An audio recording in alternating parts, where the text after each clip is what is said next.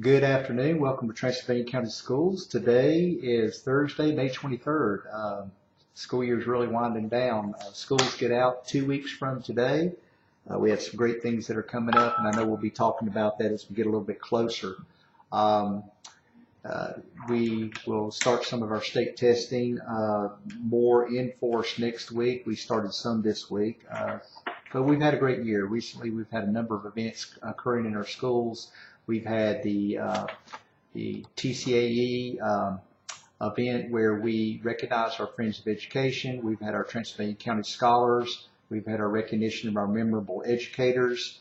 We've had our ROTC award ceremony. We've had our soil and water ceremonies. We have a lot of different things going on in the schools. I'm looking over here at the calendar, and we actually next week we keep it up. We start getting into some of our DARE graduations as we come up on the end of the year.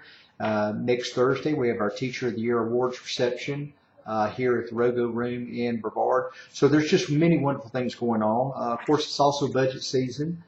We do know that there are some things that the public may not understand about school budgets in North Carolina, particularly if you've lived in another state. School boards in North Carolina are one of, I think, only 2 states possibly that don't have local taxing authority. So it sets up a little bit of a friction situation. There's a very structure. But I do want to, maybe help the public understand about the budget process, clarify it from a legal standpoint, and provide some perspective. We know that the Board of Education is a separate entity of local government and not a department in county government. A school board's annual budget is formatted into distinct funds based upon the sources of revenue and expenditures, and we have some primary accounts for that. Fund 2, which is a local current expense fund, Fund 3, which is capital outlay, are two of the examples of the funds. There's really 4 major factors that drive the process. You have to realize that to understand the School Budget and Fiscal Control Act, you must consider the difference between a budget preparation and the adoption of a final budget. We cannot give you a final budget until we have a final budget from the state. And federal budgets sometimes will run on into the, well into the fall. And so that's a little bit of clarification on that.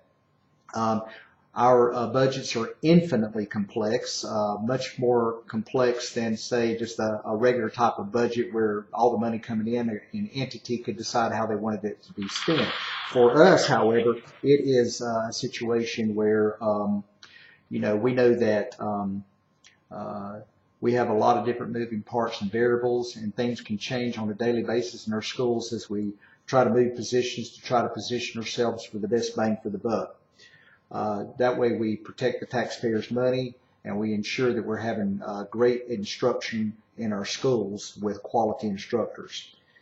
I prepare a budget message every year for the school board, and then that's sent on to the county commissions, and we have statutes that dictate the catalyst behind this process. A budget message is typically what has changed from the previous year. For this year, we're not asking locally for any additional monies other than to fund an English language learner instructor, which will help our growing Hispanic population. Right now we have one instructor that was serving over 130 students, and we know that that's not adequate. So we hope to continue having 2 moving into next year. We have one person that's working on that right now, but we want to start next year with 2 in place.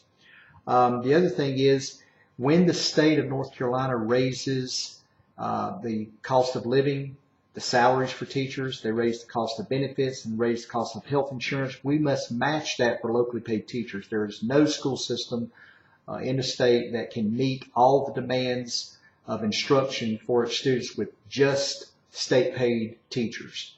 And so we have a number of locally paid teachers. We're very fortunate in that, and we appreciate the commissioner's support over the years in helping us do that, because it helps us fund many exciting things and keep our class sizes low, which we know research supports. So that's really the only increases that we're asking for. We certainly hope that will happen. And I just wanted to let the public know that so that they could fall in place. And sometimes I think people hear a lot of different information. They hear a lot of information that's not accurate. And so I wanted the public to know they can always come here to the school site to find out the most accurate and up-to-date information and the clear information that we can provide on the budgetary process. So we appreciate your support of Transylvania County Schools. We look forward to finishing out the year with great graduations that'll be coming up, and we look forward to a great year next year. And remember that all the things that we do for students, we do a little bit above what others do.